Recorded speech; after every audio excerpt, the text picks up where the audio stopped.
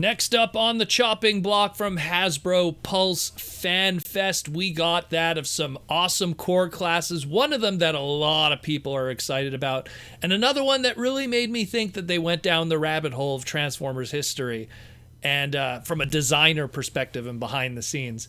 And I'll get into that right now. So first up, we have here Transformers War for Cybertron Kingdom Core Class Dracodon.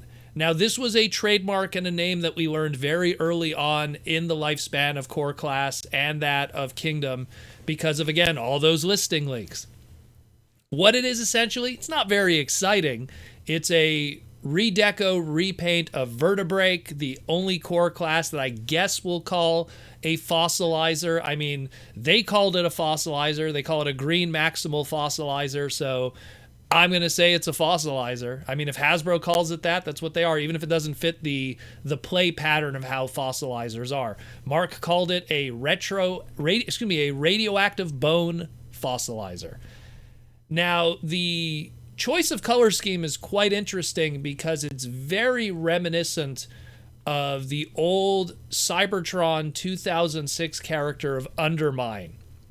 Undermine, also known as Galaxy Force Dino Shout back in the day. And Undermine was one of those examples that I remember Hasbro would talk about how they like to, when they do a repaint of a character, you make them the other faction when you do a repaint. So in the case of Undermine back in the day, he was a Decepticon baddie from the Beast Planet. When he got a repaint, he was now Repugnus, the Autobot good guy.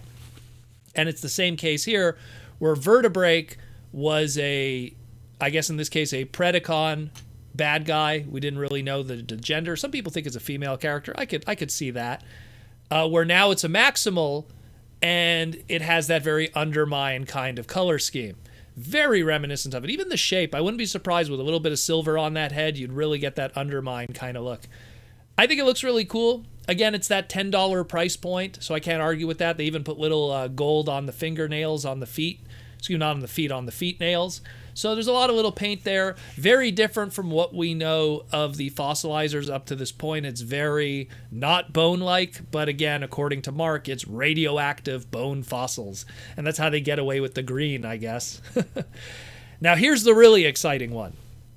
And this is the one that's going to open up a can of worms, and I can't even imagine the third-party companies that are going to try to take advantage of the cassettes and stuff that could be done.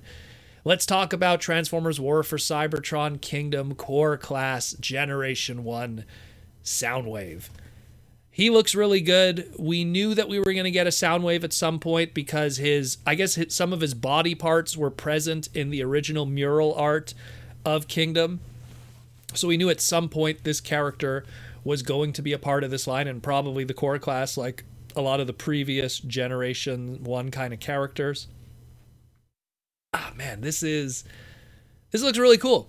It's really cool. They did a very good job for a very small price point, and they put a lot of extras into something that I almost feel that's why they probably went with the Dracodon for the repaint. Keep the budget cheap on the Dracodon, put all the budget into its wave mate of Soundwave. He comes with his two little battery accessories, which end up becoming his two weapons, one for his shoulder cannon and one for his actual gun. They store on the back of the cassette mode to kind of reiterate that battery kind of concept back in the day. He comes with a opening chest. It's not spring loaded, it's manual loaded, but it's an opening chest for both the cassette mode and in the robot mode. And inside it is a non-transforming mini tiny Laserbeak cassette, which is just great. It's just great in all honesty. And I can only imagine all the third party and 3D printing guys that are going to make all the other cassettes, and then repro labels making the stickers to put on top of those cassettes. It's going to be very interesting to see what they want to do in the future. Obviously, we'll probably get a black repaint out of this as Sound Blaster, and maybe we'll get, I guess, a Buzzsaw repaint or a Ratbat repaint from that same cassette. They'll do something. You know it's going to happen.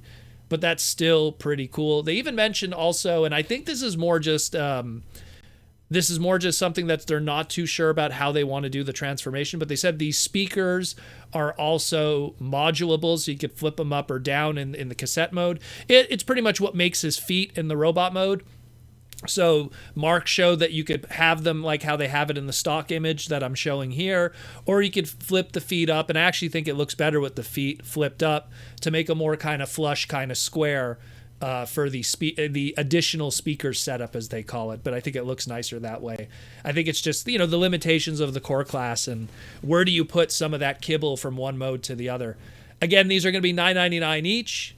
Pretty exciting. This is honestly, out of all the core classes we got thus far, and that includes even Rat Trap and Starscream and all of them, this is probably the biggest bang for your buck and the most exciting of the bunch. I think he is going to be such a huge success, and not to mention the secondary market world where people are going to be making stuff for this thing. Pocket-sized Transformers are just becoming more and more popular, especially because of the third-party market and everything that's going on with Iron Factory and stuff. This is Hasbro kind of throwing their hand in the game there, and Soundwave is just a home run. I am very, very impressed with what they did here. I really don't even know what to say, but to me, it really shows that there's a future probably with this price point, but also more so it's a future with how the toy industry is moving forward. Plastic is becoming more expensive. Engineering is becoming more expensive. If you could somehow perfect making really high quality product that's much smaller than what they normally are in full size, you could really do some amazing stuff. Think about it. I mean, look how great this Soundwave is, where not too long ago, we had a leader class Soundwave. And what was it? Titan's Return, I think it was. That was, what was it, like 6 times the price, and didn't do the job that people really wanted. Now, granted, it had its own gimmicks, and it had to have a playset mode and the Titan Return mode and all that kind of stuff, and the little Headmaster gimmick. I understand all that, but it really shows how you could really give people what they want from an aesthetic, from a silhouette, from a transformation, from a general design, and it could be $10. And it'll do everything that they want, where sometimes a huge leader class kind of misses the mark. And you know that with this Soundwave, you're going to get the repaints. You could even probably retool it and maybe get a blaster out of it. Get a little, boombox kind of mode going on, retool the legs and stuff and the head sculpt. There's so much that's going on here that we're not seeing that could really be an indication of the future for a lot of the brand and a lot of our own personal purchases. Anyways, this is super great. We still got tons more. I feel like this is how I'm ending every segment. We still got tons more to talk about. It's going to be a crazy, crazy day. Hopefully all these segments are going to upload and you guys are going to be able to enjoy them. So let me know what you think. This is some crazy Soundwave hype. And I'll see you on the next segment really, really soon.